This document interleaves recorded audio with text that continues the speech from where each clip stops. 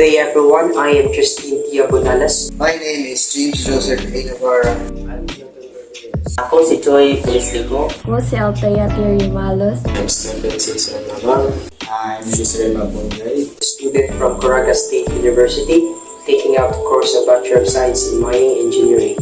Second year, taking up Bachelor of Science in Civil Engineering. Our core course is BSc Marine Engineering. Ang kinuha kong course ay Bachelor of Science in Secondary Education, major in Philippines. Ang mga course is Bachelor of Science in Tourism. Taking the course of Bachelor of Science in Information Technology. Bachelor of Science and Information Technology. What do you envision yourself doing in the next 5 years and how do you plan to achieve those goals?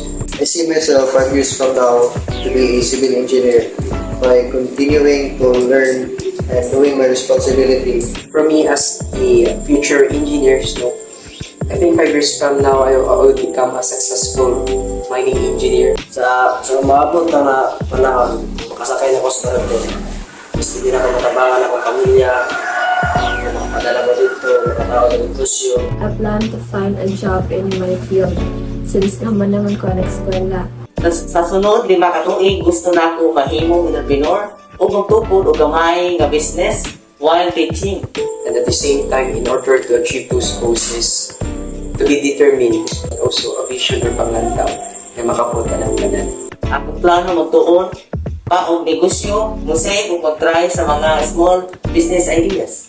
I'll achieve this by applying to jobs regularly, taking internships, and learning through online courses. So I must pursue, I must quit, I must go through all the challenges and hardships in order to become successful. So sa mga tuig is trabaho na biglang sa akong course o build ko kagaling ng business. How has your family or community influenced your career choices? They influenced me to my career choices in a simple ways, pushing me, giving me determination. Sa akong pamilya, kay grabe kasuporte, pinatagaan ko nila ang advice nga mag-pursue sa akong passion. By continuing to support and motivate me to be an engineer someday. So, nakatabang yun sila sa akong career choice since to nag-senior high ko, undecided yun ko sa akong kuha ng kurso kay dahan kay kong mga pagduha-duha. Pero kadayon po nga maging realistic sa akong mga goals. Para lang sa ako is patabangan ako ng pamilya. Nagpili po na ako ng kurso kay akong sweldo. Pero, tabangan ko nila pinaagi sa pag-discover sa akong skills na mo-fit din ko sa tourism field. Murag kaya na ko nga matag ang ilang gusto.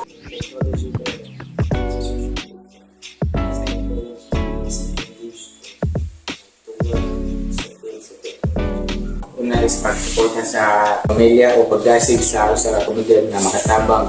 What skill do you think are most important for your future career?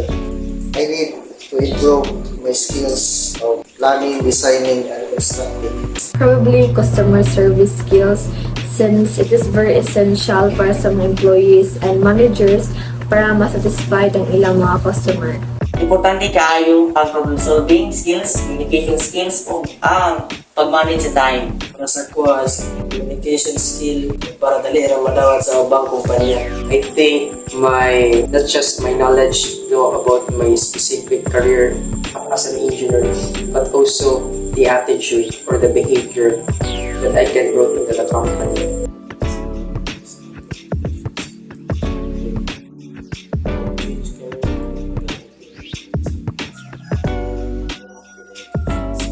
Important nga skills para sa akong future career is mag-solve sa problema. How do you feel your education is preparing you for the future workforce? By teaching me career skills which are essential for providing excellent customer service.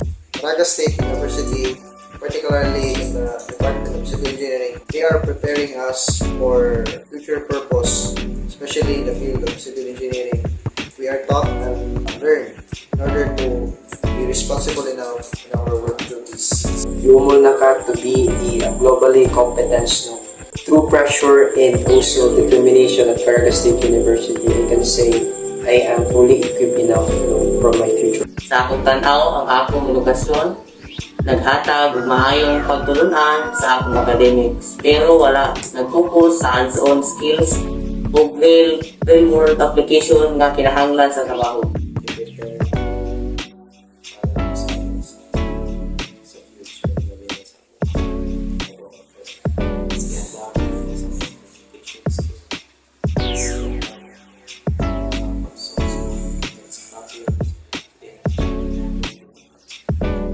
Ang akong edukasyon na magamit sa IT industry. What change would you like to see in the school system to better prepare you for real-world challenges?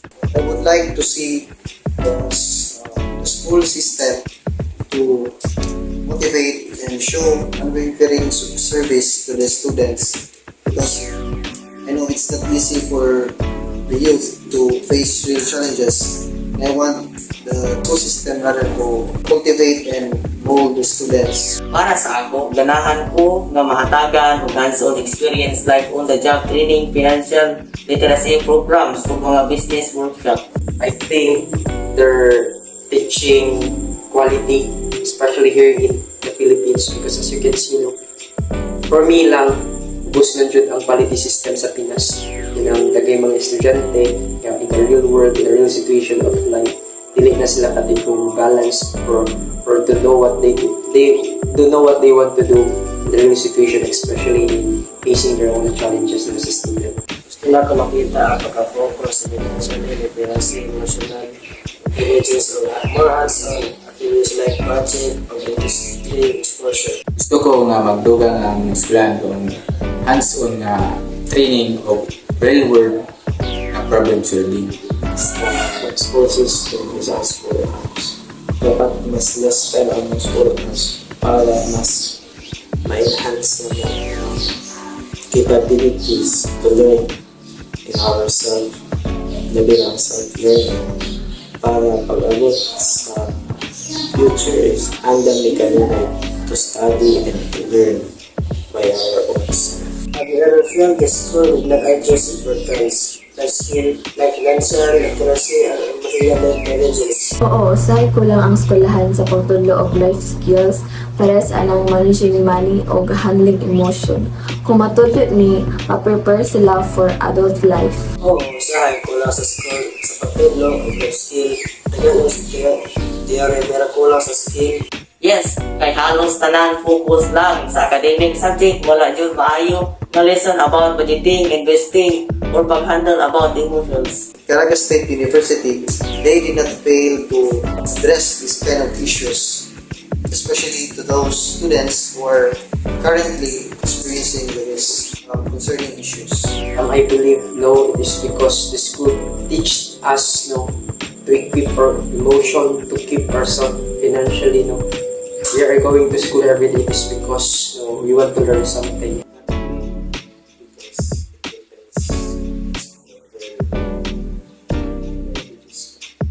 Yes, usahay ko lang ang pagtungkol sa life skills sama sa financial literacy o emotional intelligence. How has social media influenced your self-image or the way you present yourself online? Social media has influenced my self-image through boosting up my confidence and myself, because it's important for me to have that interaction, to have that confidence when interacting with other people.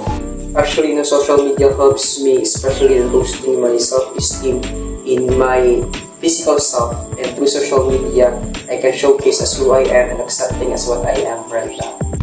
Social media makes me more aware of how I'm seen online. It can create pressure to look perfect, but it also helps me connect and express myself. Through social media, nga ma-express ang akong self o mga ideas, pero aware gihapon ko nga dili magpaka-fake. Nakapa-aware ang social media sa kung sa akong pag-pressing akong pag-iman. Basta kinahanglan kaya mga negative influences. Ang social media, naka-inspire na ako na magpakita o mayong image sa online. Has changed me in terms of my confidence and the lesson and security, because I'm able to share and express myself. according to what is my desire. Do you think social media is more positive or negative for your generation? Why? Para na ko both positive siya kay matabang sa communication o pag-learn negative. Saan kayo na mga toxic content, comparison culture. For me, I think social media is more positive in my generation because it has improved and enhanced the way of living of my generation. It has made the lifestyle of every people easier. But we have to be reminded of the impacts of it. Acquiring self-discipline and maturity upon using it. Positive siya para sa communication o education, pero negative usahay kay maka-cause o doubt o comparison. I think both because social media give us a positive impact and a negative impact. The negative impact is misusing it, and the positive impact is the advanced technology that we can adjust from our conversation from our past. In this generation, I think pareha sila negative and positive.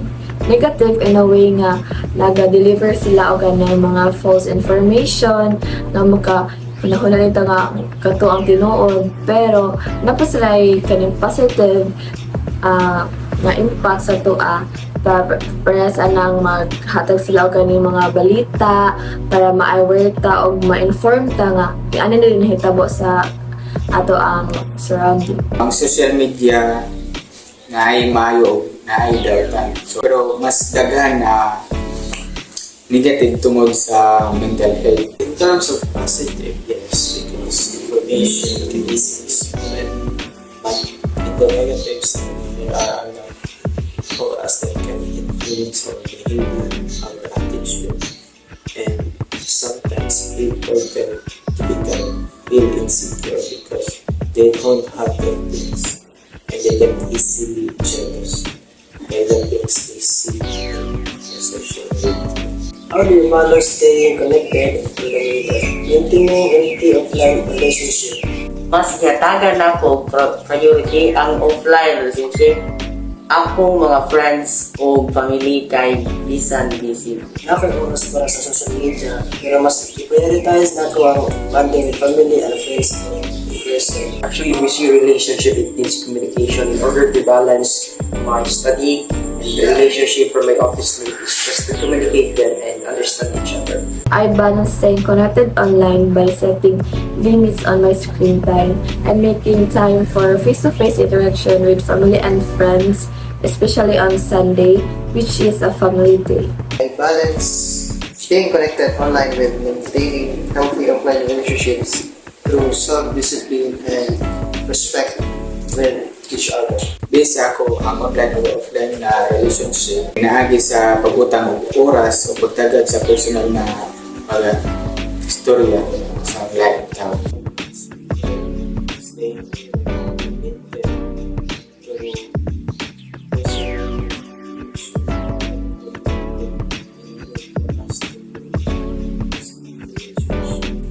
Have you ever felt pressured by your peers to make decisions you weren't comfortable with?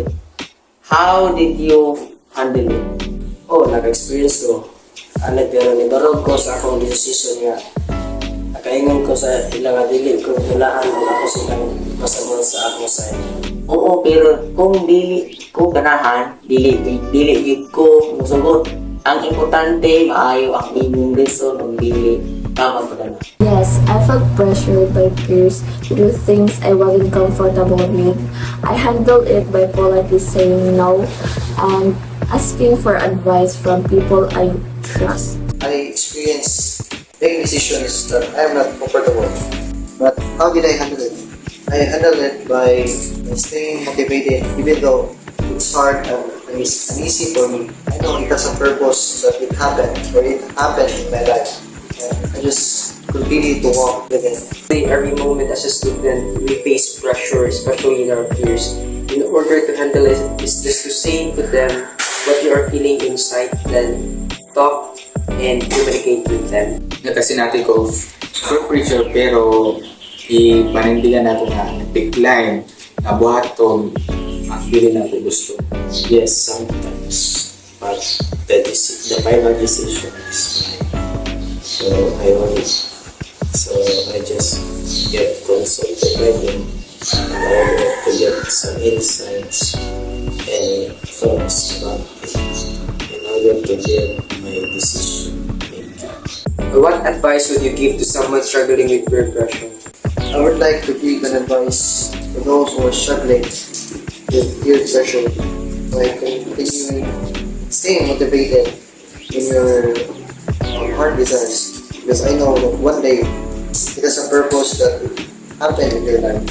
No, I think one advice that I can give to my peer who is experiencing pressure is just to accept, because pressure is very normal and then you are learning from it. Ayaw kahadlok, mag-stand sa imong beliefs ug mangita og mga friends nga makarespeto sa imong mga desisyon.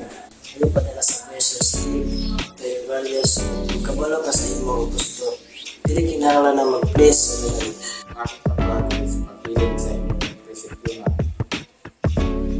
Pangayo, tabang sa saligan. How do you stay true to your values in the face of fear or societal pressure?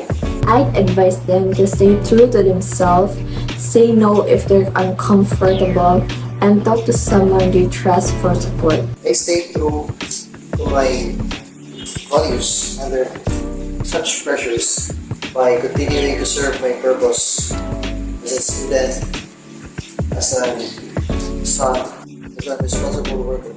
Because I believe that staying true to your values, knowing your purpose will lead your life, dictate your life to a successful one. Ginapaminaw na ako kagaling ng pamilya kung siya ang ako tutuhan sa mga ako sa inyo. Actually, no, just be true to yourself. Just embrace as who you are. No, whatever happens or who people that you face every day, just feel accepted and just feel valued. Mas gi-considered nako na ang long-term impact sa akong desisyon, ang akong pamilya po, ang akong ginastoryahan.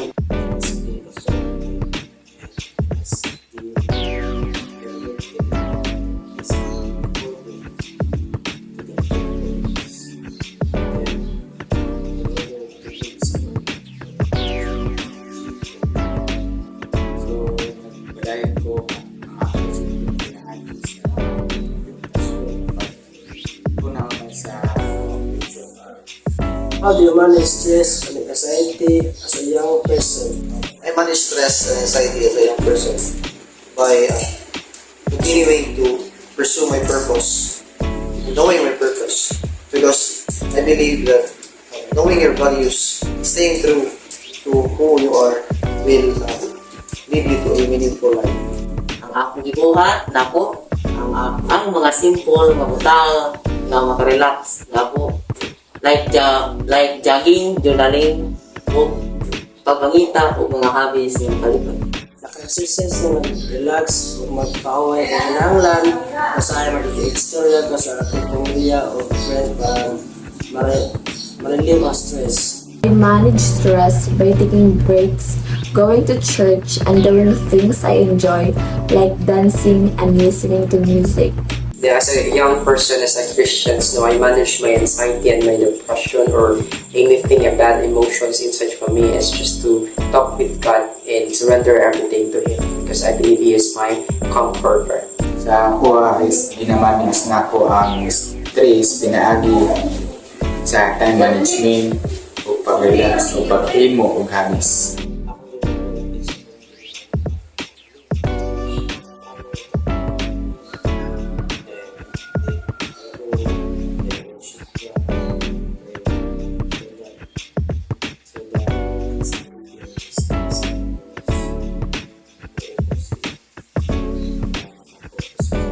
Do you think schools and workplaces do enough to address youth mental health? What improvements would you suggest? I think schools and workplaces, they do enough to address the youth mental health. But I would like to suggest to implement some symposiums and programs in order to address specifically the mental health of the youths. I don't have any improvements to suggest because school give us enough space in learning or handling pressure, anxiety, and depression. There are a lot of departments, subjects that teaches us how to control and how to manage and balance lifestyle. I don't think schools and workplaces do enough for mental health. I think there should be more counseling and safe spaces to talk about feelings. Okay ako, matag ang karon mas vocal and aware sa mga issues pero kinahanglan pa namo og support para mas makadrive og change. Sa akong nakita, mas kulang kaagyo sila og support system. Dapat unta maghatag sila og mental health talk to counseling services sa mga estudyante. So they must be mental and they must have the subject para mas makapagod ang estudyante about science kung nag-interest sila para sa anxiety and para mas productive ang student and for their mental health and for their growth. So sa ako, nilipay ko ang support sa eskwelahan. Nanggan yun na dugang mental health resources. How has the conversation around mental health evolved among your peers in recent years? Mas open na karon compare sa una. Dagan na ako friends na share sa ila struggle o mas conscious na may sa importance about sa mental health. Mental health has evolved over the years in my life through the pressures that I have been through, especially in academics. People are talking more openly about mental health now. It's less of a big deal and we encourage each other to ask for help when needed. Mas open na karon ang mga tao kay na ay social media ug awareness programs pero nakita stigma nga kinahanglan ang kanon. There is no different from the recent years and today, specifically in these years, because there are a lot of departments or people who are teaching in handling pressure in life. Dahil sa mental health, maayo na po suportado. So mas i-focus on ka because minsan na suicide rate labi na sa youth and mas i-focus sila para na-help those youth na to handle depression and anxiety.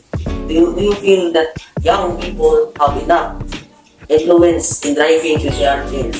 Why or why not? Yes, they use social media, speak up for causes, and inspire others to take action. Yes, kaya daghan kayo youth na active sa pag-advocate o social issues. Ang power sa social media kay dako kayo og impact. Yes, because of the influence of the social media. Okay, ako. Matag ang karon mas vocal and aware sa mga issues pero kinahanglan pa namo og support para mas makadrive og change. No, I think literally yes. In a reason that people are very, in terms of adaptability, they can easily adapt in a certain situations here in the world. Yes, because the power of social media, you can help them, motivate them by helping them, motivate them, and motivate them by helping others. So basically, is simple things can motivate a person to do something and influencing them and help us for a change. So sa karagdagan, power ang kabatanunan pero mas sinangan pa og mas dagang plataforma. What social and political issues are most important to you and why? The most important issues to me are mental health, climate change, and education. They affect everyone's future and well-being. Mas importante para nako ang education and environmental issues. Kinahanglan para sa atong future. Ang climate change o education kay kini ang makahatag ng effect sa future generation. Kinahanglan nato maghimo og aksyon. Things the right of a human. That's the most important political and issue or views that I need to focus in. I am really concerned about it. The issues of mental health, because it is alarming nowadays, especially the young people that is having mental health issues, and it is important for us to have an action to them. Ang digital privacy o climate change, importante para nagtungod kay makapekto sa atong kauma. About depression and society because people are suicide, especially to the youth. So how do you participate in activism or advocacy, whether in person or online? Showing support and completing those advocacies, especially in social media by reposting posts that back in mental health. This is a very self-explanatory, so I choose in person rather than in online. Because you can express your sentiments, your emotions, what you feel, and what you want to tell to somebody or in the congregations rather than in online. I-share ko sa social media para maka-raise awareness sa apil ko clean drives or volunteer work. I participate by sharing information online and joining events or groups that focus on making a positive change. Ginasir na po ang mga process nga importante para sa kuha sa online o gaapil ko mga community programs o mga lugar. Feel ko sa mga advocacy pinaagi sa pag-share ng awareness at pag-apil sa community events. So by helping others, people get open and motivated to others, especially in person or in online. How concerned are you about climate change and what actions do you take to reduce your environmental impact? So I am very concerned about the climate change, especially that we are experiencing right now. So maybe I can say about the simple caring for our environment, no, sa paglabong ng mga basura sa saktong kalabuganan, and being just and having a blownness of heart.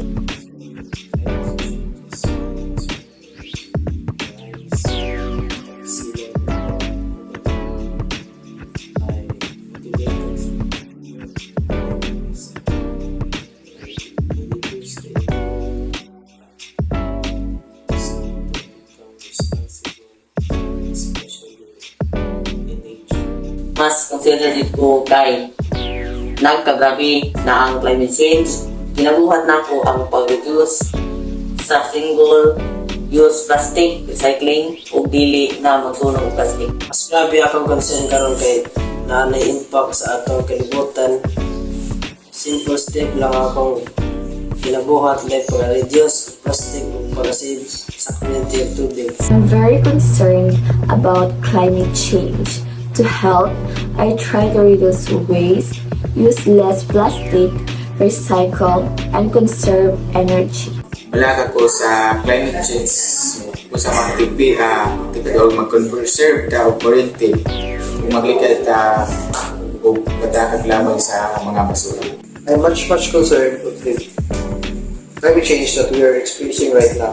And the actions that I would like to do is to continue to preserve and maintain the proper usage of environmental resources. Do you think your generation is more environmentally conscious than previous ones? Why or why not? Yes, my generation is more environmentally conscious because we're more aware of climate change and have easy access to information, which encourage us to take action. Mas environmentally conscious ang akong generation tungod sa awareness or education. Yes, kailangan tayo resources o information ang available daghan sa akong generation ang nagpakita o interest. I think no, because the climate change that we are experiencing right now clear states of how abusive and ignorant our generation is. Okay, mas expose sa information about climate change pero kinahanglan pa ang daghan effort and action para makita ang ako